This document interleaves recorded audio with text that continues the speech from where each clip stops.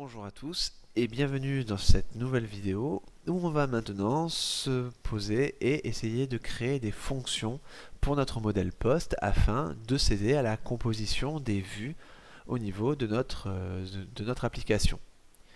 Donc lorsqu'on s'était quitté, on avait fait un var dump de la vue show.php à ce niveau-là. Donc on sait que maintenant on instancie bien un post. Donc ça c'est quelque chose qu'on va retirer, on n'en a plus besoin. Et peut-être que au niveau de notre index.php, on aurait comme idée, par exemple, de se faire ici une fonction. Donc par exemple getCreatedAt qui nous renverrait le bon formatage pour la date. Au niveau du content, c'est pas très pertinent parce que au niveau des derniers articles, eh bien, on voit que on affiche directement tout le contenu. Donc ce qui revient au même si on va sur lire plus. Donc l'idée, ça serait peut-être de se créer un getExcerpt qui nous renverrait uniquement que les 150 premiers caractères par exemple. Et ensuite on concatènerait avec 3 petits points, histoire que ce soit quelque chose d'un petit peu plus avenant. De la même façon, on pourrait également utiliser la syntaxe redoc pour directement se créer ici une fonction getButton qui générerait le bouton. Donc l'idée ici, ça va être déjà de se créer la fonction getCreatedAt. Parce que maintenant, si j'enregistre et que je réactualise, il me dit, il y a une erreur. Il cherche à l'heure actuelle une fonction getCreatedAt qui n'existe pas dans le post. Donc, de la même façon qu'on avait utilisé notre modèle, donc dans app models, model.php, pour la création de fonctions génériques, là, il est quand même judicieux de se poser la question, est-ce que getCreatedAt est une fonction à mettre dans model.php et dont héritera tous nos modèles, ou est-ce qu'on va conserver ça uniquement pour le post? A priori, la date de création n'est pas forcément ici dédiée uniquement au post, mais je ne pense pas que tous les modèles que l'on sera amené à créer auront une colonne createdAt. Par exemple, les catégories, les produits, on peut créer énormément de modèles et à l'heure actuelle c'est vrai que post.php en règle représente un article et l'article aura toujours une date de création, une date de publication. Donc vous savez que si vous avez vraiment une fonction générique, vous pouvez la mettre dans votre modèle.php, mais attention à être sûr que chacun de vos modèles puisse en bénéficier, et donc du coup que ce soit pertinent de le faire là. Pour post.php, je ne pense pas que createdAt doit forcément être mis dans modèle.php. On va partir du principe que les articles ont createdAt et que c'est assez particulier. Donc on va se créer une public function getCreatedAt et on se dirait que ça renverrait une chaîne de caractères parce que de toute façon on va devoir renvoyer une chaîne de caractères malgré qu'on ait bien formaté la date. Donc on va juste faire un petit écho on va retourner date. Et là on voit qu'on a bien la date. Donc là on voit qu'il appelle effectivement la bonne fonction. Donc au niveau de la gestion de date, si je vais sur datetime.php, je me rends sur la documentation, on me dit que c'est une représentation d'une date et d'une heure. Et si on vient chercher au niveau de la construction, alors si je clique sur construct, il me dit que là, il va attendre peut-être une chaîne de caractères qui représente le temps. Alors, à l'heure actuelle, si je fais juste un return de this created at, c'est-à-dire tout simplement, je retourne ce que contient la colonne created at. Alors, c'est vrai que c'est pas une propriété qui existe pour le coup.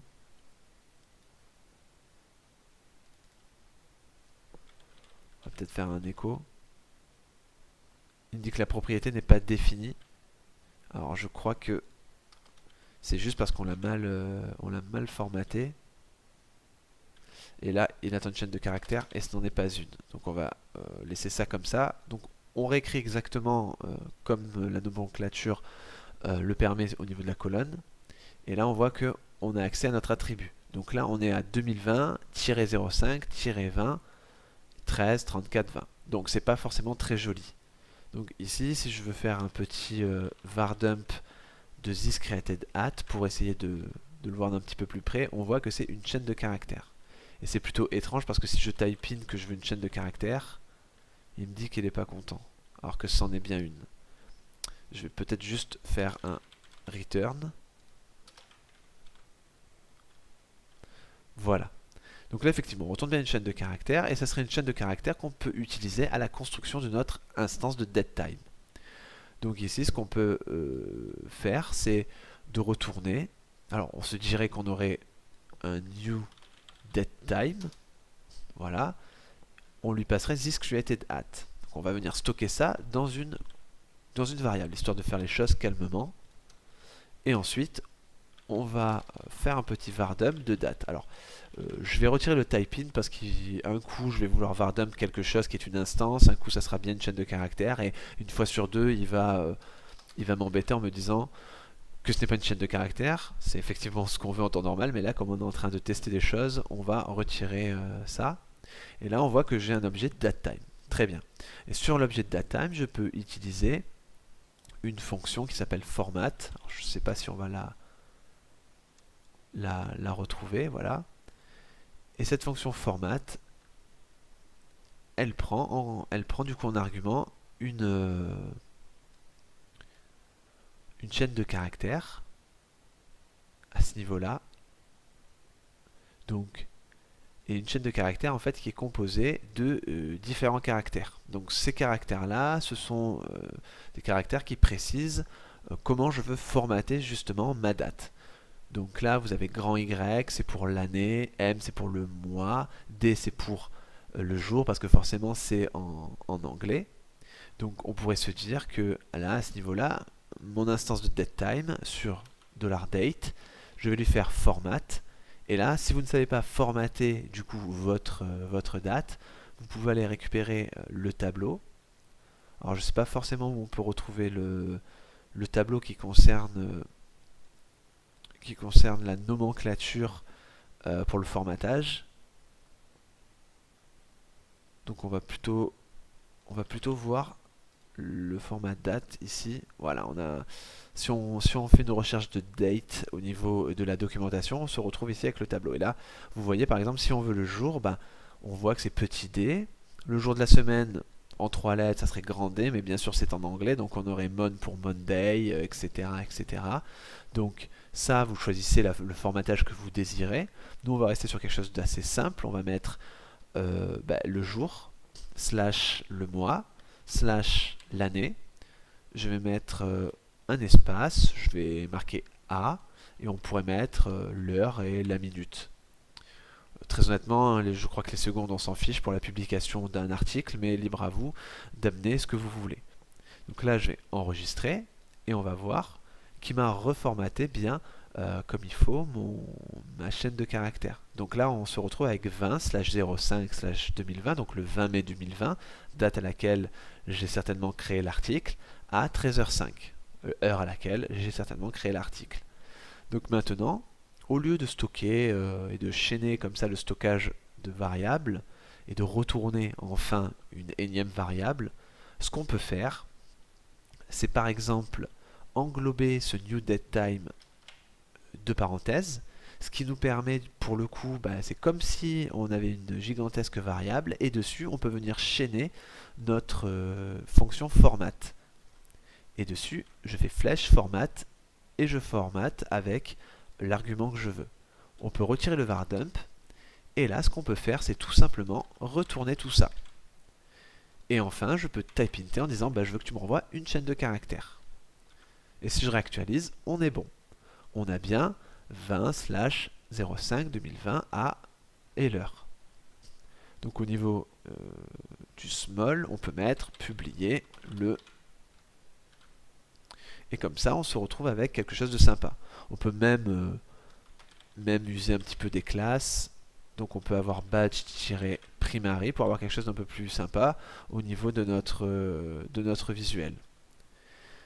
D'ailleurs, c'était un petit peu mieux avec info, il me semble. Voilà.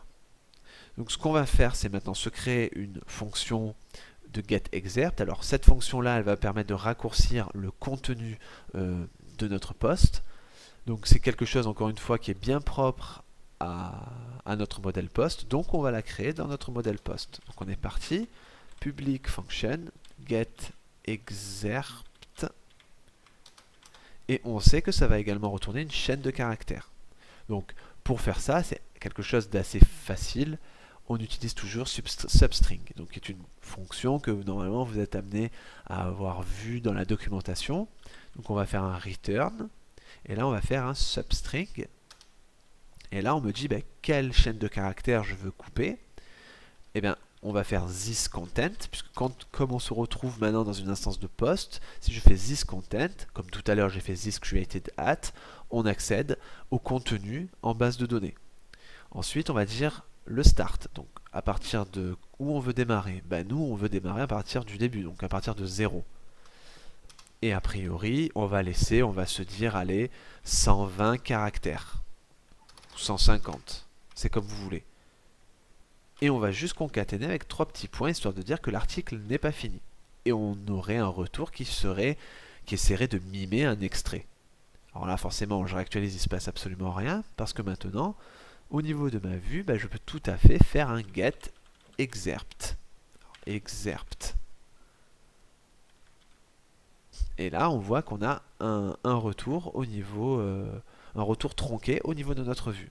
Alors c'est vrai que c'est pas terrible, peut-être 150, on va peut-être en mettre 170. En tout cas, voilà. Ou même 200. Enfin, on va pouvoir peut-être se générer à la volée un bouton. Donc on aurait un getButton. Donc je vais faire un public function getButton, toujours dans post, parce que ça c'est définitivement propre à notre modèle post. Et on sait qu'on va retourner une chaîne de caractères. Alors ça sera une chaîne de caractères sous format redoc. Donc au niveau de PHP, si je tape, alors je crois que redoc, on va plutôt le faire sur Google, donc PHP redoc. Et là, on tombe sur l'article de la documentation qui concerne les chaînes de caractères. Il nous dit qu'il y a plusieurs façons de spécifier une chaîne de caractères, et on a la syntaxe redoc. Donc quelque chose d'assez important, c'est qu'il va falloir faire attention à l'indentation. Encore une fois, on termine notre chaîne de caractères par un tag, et ce tag-là ne doit pas avoir d'espace avant. Donc exit les indentations comme on a l'habitude de faire habituellement. Là, ça ne sera pas très joli, mais on pourra rendre quelque chose d'un peu sympa. Donc à préciser, il me semble que là, il commence par EOT, qui signifie end of text, mais a priori, on peut utiliser les tags qu'on veut. Donc nous, comme on renvoie du HTML, on va utiliser le tag HTML. Donc on débute par 3 inférieur à. Donc on va faire un return, 1, 2, 3, on va l'appeler HTML, et on va de suite fermer notre HTML. Donc là, je vais bien tout à gauche en ne laissant aucun espace, et je fais HTML. Et je crois qu'après on termine avec un point virgule. Voilà, c'est le cas. Et à l'intérieur, on peut tout simplement ici inscrire du code HTML. Donc là, pas de souci, on va sur notre index.php et on va copier ici notre bouton. Donc, je vais revenir sur post.php et je vais coller ça. Donc là, il n'y a pas de souci. On va peut-être mettre lire l'article. Et là, pour accéder à post ID, il n'y a pas de souci, on va tout simplement directement écrire this ID. Et on va voir un petit peu ce que ça rend. Donc ça reste une chaîne de caractères. Donc le type int est bon en string. Donc on va revenir sur index.php et ici, on va tout simplement faire un écho de this get button. Alors, this post button, parce que c'est sur le post.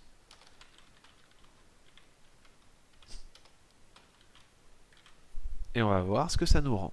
Je réactualise et on voit ici en bas à gauche que, bon, déjà le bouton est OK au niveau du design. Par contre, on voit qu'il a échappé le short-end code qui nous permettait de faire un écho. Donc en réalité, on a juste besoin au niveau de notre post.php dans notre fonction de chaîner comme ça this ID sans rajouter de caractères autres. Et comme ça ici, on a bien 2 et 1. Donc si je veux visiter par exemple l'article 2, je clique dessus et je suis sur mon deuxième article. Et comme ça, on a réussi à personnaliser notre modèle post, et de cette façon-là, on a écrit un code propre à notre modèle qui nous permet une composition de la vue un petit peu plus pratique et plus sympa.